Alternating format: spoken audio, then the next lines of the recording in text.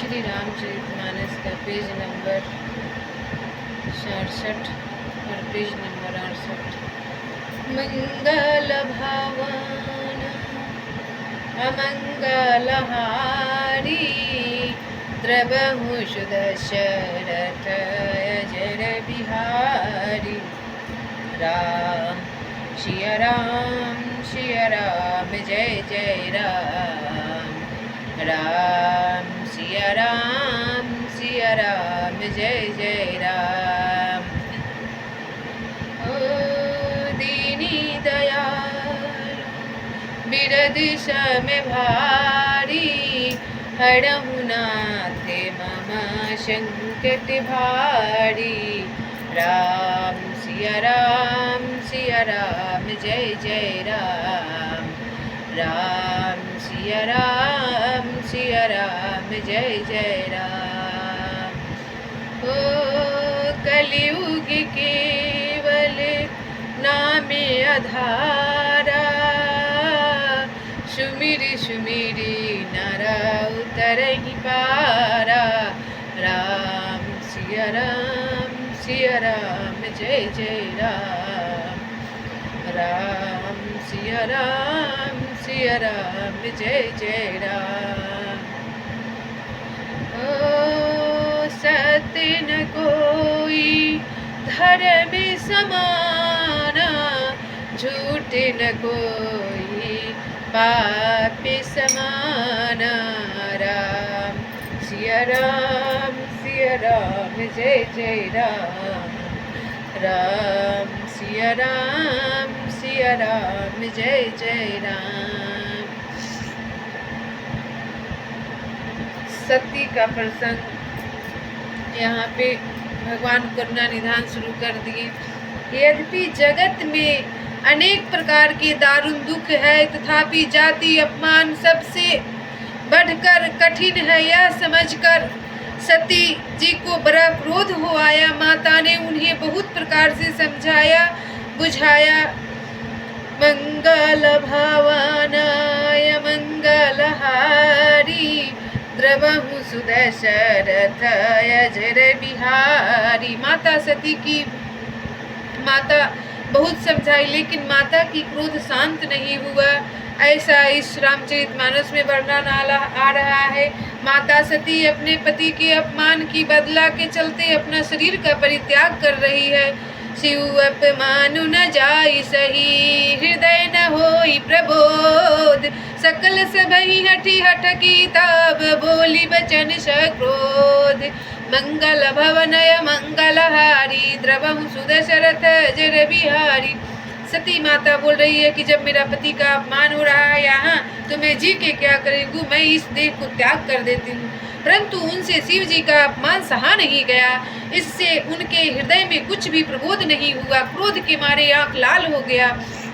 ज्वाला माता उज्जवल हो गई, प्रकट हो गई। फिर उन सबको उसका फल तुरंत ही मिलेगा, ऐसा सती बोल रही है। तब परंतु उनसे शिव जी का अपमान सहा नहीं गया। ऐसा क्रोध जागा, ऐसा क्रोध अग्नि ज्वाला फटा कि माता सती जल के भस्म हो गई। इससे उनके हृदय में कुछ भी प्रबोध नहीं रहा। क्रोध के मारे सब चीज भूल गई। तब वे सारी सभा को हठपूर्वक डांट कर क्रोध भरे वचन बोली। हे सभासदों और सब मुनीश्वरों, सुनो, जिन लोगों ने यहाँ शिव जी की निंदा की और सुनी है, उन सबको उसका फल तुरंत ही मिलेगा। मैं उनको श्राप देती हूँ और मेरे पिता दक्ष भी भली भांति पछताएंगे इस भूल के कारण। जहाँ संत शिव जी और लक्ष्मीपति विष्णु भगवान की निंदा सुनी जाए, वहाँ ऐसा मर्यादा है कि यदि अपना यश चले तो बस चले तो इस निंदा करने वाले की जीभ काट लो, और नहीं तो कान मूंद कर वहाँ से भाग जाओ। ऐसा श्री रामचरितमानस में तुलसी बाबा बता रहे हैं। त्रिपुर दैत्य को मारने वाले भगवान महेश्वर संपूर्ण जगत के आत्मा है और वे जगत पिता और सबका हित करने वाले हैं। मेरा मंदबुद्धि पिता उनकी निंदा करता है और मेरा यह शरीर दक्ष ही के वीर से उत्पन्न हुआ है। माता सती बोल रही है कि हे मुनीश्वर, हे ऋषि मुनि, हे देवतागण, आप लोग शंकर भगवान का अपमान सुना है यहाँ पर दक्ष के मुंह से। मेरा पिता भी इस अपमान का भूल का प्रायश्चित करेगा और आप लोग को फल तुरंत मिलेगा। मैं इस शरीर को छोड़ रही हूँ। माता ज्वाला उत्पन्न हो गई, सती क्रोध से लाल हो गई, पूरा पृथ्वी डोलने लगा, ऐसा तुलसी बाबा बता रहे हैं। माता सती मरने के लिए तैयार हो गई, इसलिए चंद्रमा को ललाट पर धारण करने वाले वृषकेतु शिव जी को हृदय में धारण करके मैं इस शरीर को तुरंत ही त्याग कर दूंगी, ऐसा कहकर सती जी ने योगाग्नि में अपना शरीर भस्म कर डाला। सारी यज्ञशाला में हाहाकार मच गया। माता सती जल रही है, दक्ष उनकी पिता और माता देख रही है, लेकिन कोई कुछ कर नहीं पाया। माता सती जल के भस्म हो गई। वही यज्ञ मंडप में यज्ञ विध्वंस हो गया। मंगल भवन अमंगलहारी द्रवहु सुदशरथ अजर बिहारी। सती मरनु सुनि शंभुगण लगे करन मख खीस। जग विध्वंस बिलो की भृगु रक्षा की नहीं मुनीस। मंगल भवनय मंगलहारी द्रवहु सुदशरथ अजर बिहारी। तब सती का मरण सुनकर शिव जी के गण यज्ञ विध्वंस करने लगे। यज्ञ विध्वंस होते देखकर मुनीश्वर भृगु जी ने उसकी रक्षा की। माता सती के साथ 2 गण शिव जी भेजे थे। जब माँ सती अपना शरीर का त्याग कर दी, जल के भस्म हो गई, तो वहां पर उनका जो सेना साथ में था यज्ञ को विध्वंस करने लगा, पूरा तहलका मचा दिया, उपद्रव करने लगा। यज्ञ में पूरा शोर शराबा, यज्ञ को नष्ट कर दिया। ऐसा दक्ष के घर में हाहाकार मच गया कि यज्ञ क्यों हो और पूजा कहाँ हो। सती तो वहाँ जल के भस्म हो गई। फिर ये सब समाचार शिव जी को मिले, तब उन्होंने क्रोध करके वीरभद्र को भेजा। उन्होंने वहां जाकर यज्ञ विध्वंस कर डाला और यज्ञ विध्वंस कर डाला। उनका दूत जी, शंकर भगवान का दूत और सब देवताओं को यथोचित फल दंड दिया। तब दक्ष की जगत प्रसिद्ध वही गति हुई जो शिवद्रोही की हुआ करती है। यह इतिहास सारा संसार जानता है, इसलिए मैंने संक्षेप में वर्णन किया है। जो देवों के देव महादेव है, उस देवता का अगर कोई अपमान करेगा तो दक्ष कैसे बच सकता है। सती ने मरते समय भगवान हरि से यह वर मांगा कि मेरा जन्म जन्म में शिव जी के चरणों में अनुराग रहे। इसी कारण उन्होंने हिमाचल के घर जाकर पार्वती के शरीर से जन्म लिया। तब जब से उमा जी हिमाचल के घर जन्मी, तब से वहाँ सारी सिद्धियाँ और संपत्तियाँ छा गई। फिर मुनियों ने जहाँ तहाँ सुंदर आश्रम बना लिए और हिमाचल ने उनको उचित स्थान दिए और वहाँ पे बिना दिया जलाए ही दिया जल के जगमगाने लगा। माता सती का अवतरित हुआ हिमाचल राजा के घर हिमालय पर्वत पर। मंगल भवन अमंगलहारी द्रवहु सुदशरथ अजर बिहारी। सदा सुमन फल सहित सब ध्रुव में नौ नाना जाति। प्रगति सुंदर शैल पर मनीय कर बहुभांति। मंगल भवनय मंगलहारी द्रवहु सुदशरथ अजर बिहारी। उस सुंदर पर्वत बहुत से प्रकार के सब नए नए वृक्ष सदा पुष्प फल युक्त हो गए और वहाँ बहुत तरह की मनियों की खाने प्रकट हो गई। जब माता सती हिमाचल के घर पैदा हुई, तब उस पर्वत पर पूरा फल फूल वृक्ष जगमगा उठा, सारी नदियों में पवित्र जल बहता है और पंछी पशु भ्रमर सभी सुखी रहते हैं। सब शिव जीवों ने अपना स्वाभाविक बैर छोड़ दिया और पर्वत पर सभी परस्पर प्रेम करते हैं। जीव जंतु भी वहाँ पे प्रेम से रहने लगे। माता जगत जननी का जब जन्म हुआ तो माता जगत जननी उस जंगल में विहार करने लगी, खेलने लगी, कूदने लगी, बड़ा होने लगी। हिमांचल के पुत्री के नाम से माता सती का जन्म होकर फिर शिव के साथ विवाह हुआ। मंगल भवन अमंगल हारी, द्रवहु सुदशरथ अजर बिहारी। राम सिया राम जय जय राम। राम सिया राम जय जय राम। ओ दीनी दयालु बिरदेश में भारी, हरहु नाथ मम संकट भारी।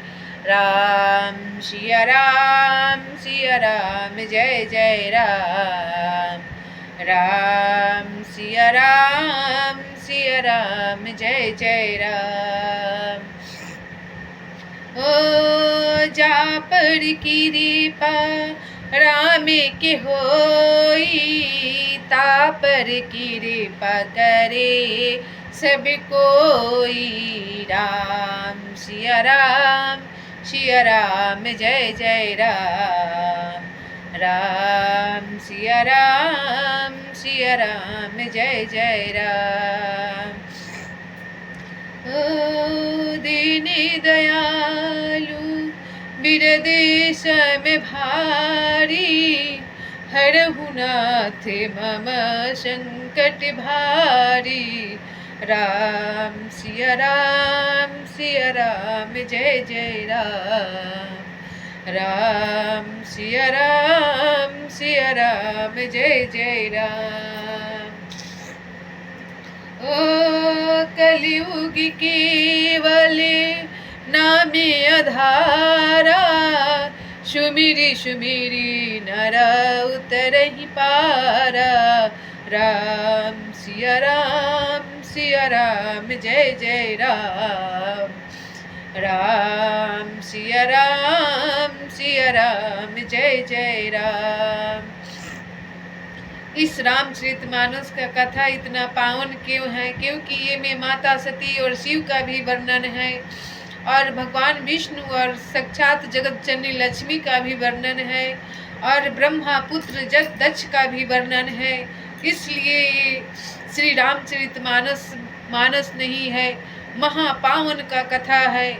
इसका श्रवण करने से प्रभु ऐसे ही पाप नष्ट कर देते हैं और पापी तो इससे जल के भस्म हो ही जाएगा। लेकिन अगर शुद्ध शरीर कर शुद्ध आत्मा से इसको पढ़ा जाए, सुना जाए तो भगवान इस जन्म तो क्या अगले जन्म भी मुक्ति दे देते हैं। ऐसा इस रामचरितमानस में बाबा तुलसी सरल भक्ति बता दिए हैं कि सिर्फ राम नाम के जप करने से सच्चे दिल से भगवान उसको प्राप्त करते हैं। लेकिन जो कष्ट है वो तो मिट नहीं सकता है। प्रभु भक्त का बहुत तरह से परीक्षा लेते हैं। अगर जो भक्त इसमें फेल कर गया प्रभु उसको हाथ छोड़ देते हैं। इसलिए इस रामचरितमानस के माध्यम से बाबा तुलसी समझा रहे हैं कि जो प्रभु का सच्चा भक्त है उसको लोहे की तरह तपाया जाएगा, फिर उसको प्रभु अपने पास बुलाते हैं। सीताराम हनुमान सीताराम हनुमान, सीताराम हनुमान सीताराम हनुमान, सीताराम हनुमान सीताराम हनुमान, सीताराम हनुमान सीताराम हनुमान। राधे श्याम घन श्याम राधे श्याम घन श्याम, राधे श्याम घन श्याम राधे श्याम घन श्याम, सीताराम हनुमान सीताराम, हनुमान सीताराम, हनुमान सीताराम, हनुमान। दया करो श्री राम, दया करो श्री राम, दया करो हनुमान, दया करो हनुमान।